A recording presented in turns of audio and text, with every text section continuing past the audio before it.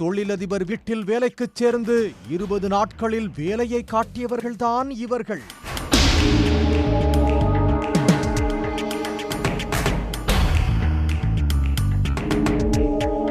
பெங்களூரு மக்களை அச்சமடைய வைத்துள்ள இந்த சம்பவத்தின் பின்னணி என்ன?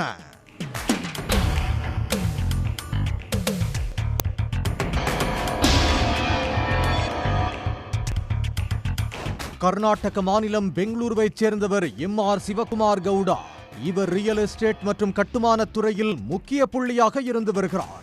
இவர் மாரத்தஹள்ளி அருகே உள்ள கெம்பாபுரா மெயின் ரோட்டில் ASK லேக் கார்டன் என்ற பகுதியில் உள்ள சொகுசு பங்களாவில் குடும்பத்துடன் வசித்து வருகிறார்.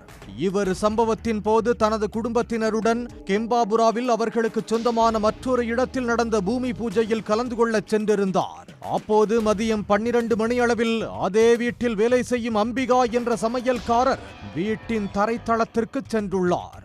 அப்போது வீட்டின் கதவுகள் மற்றும் லாக்கர்கள் உடைக்கப்பட்டிருப்பதை கண்டு அதிர்ச்சி அடைந்தார்.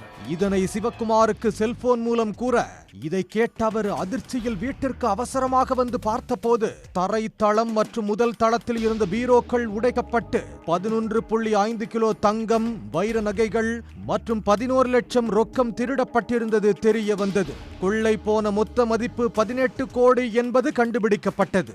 இதையடுத்து CCTV காட்சிகளை ஆய்வு செய்த போது அவை அனைத்தும் அணைத்து வைக்கப்பட்டிருந்தன. வீட்டில் இருந்த வேலையாட்கள் அனைவரும் அங்கிருக்க இருவர் மட்டும் மாயமானது தெரிய வந்தது. அவர்கள்தான் தினேஷ் மற்றும் அவரது மனைவி கமலா.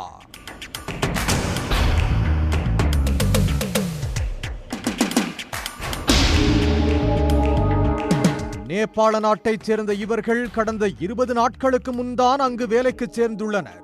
இந்த 20 நாட்களில் நகைகள் எங்கு வைக்கப்பட்டுள்ளன என்பதையும் குடும்பத்தினர் எப்போது வெளியே செல்வார்கள் என்பதையும் நோட்டமிட்டுள்ளனர்.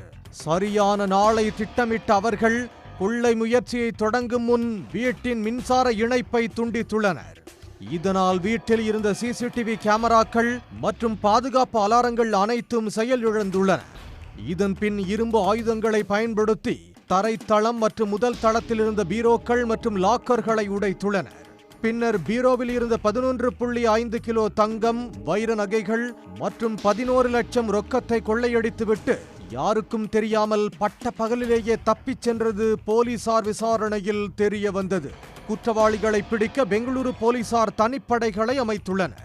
இந்த தம்பதியினர் தப்பிச் செல்ல உள்ளூர் வாகனங்களை பயன்படுத்தினார்களா அல்லது நேபாள எல்லைக்கு செல்ல ரயில் நிலையங்களுக்கு சென்றார்களா என்பது குறித்து தேடுதல் வேட்டை தீவிரமடைந்துள்ளது.